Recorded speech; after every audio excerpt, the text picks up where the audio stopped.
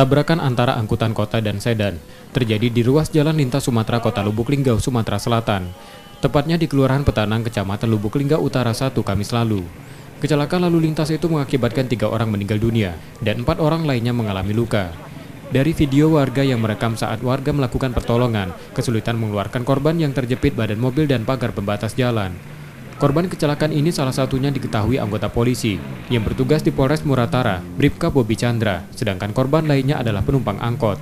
4 korban luka kemudian dibawa ke rumah sakit untuk mendapatkan perawatan.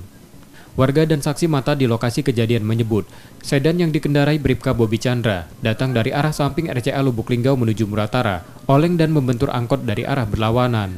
Lah, yang kejadian tuh aku masih di ruangan. Nah, kedengaran kan suara celtur aja, ban pecah tuh kan. Aja gua kan ban mobil pecah biasa kan. Aku juga ada suara uang oke kan. Aku langsung ke TKP nengok kejadian. Polisi dari Satlantas Polres Lubuk Linggau sudah melakukan pemeriksaan di TKP dan meminta keterangan sejumlah saksi. Itu sekarang masih tahap penyelidikan. Kita belum bisa menyimpulkan secara pasti, namun kendaraan Brio itu melajunya dari arah simpang RCA menuju ke Muratara, ke Polresnya, mau apel. Kemudian sementara mobil carry itu datang dari arah berlawanan, dari arah Trawas menuju ke simpang RCA. Penyebab pasti kecelakaan masih dalam penyelidikan Satuan Lalu Lintas Polres Lubuk Linggau, Sumatera Selatan. Sukma Aldino, Kompas TV, Lubuk Linggau, Sumatera Selatan.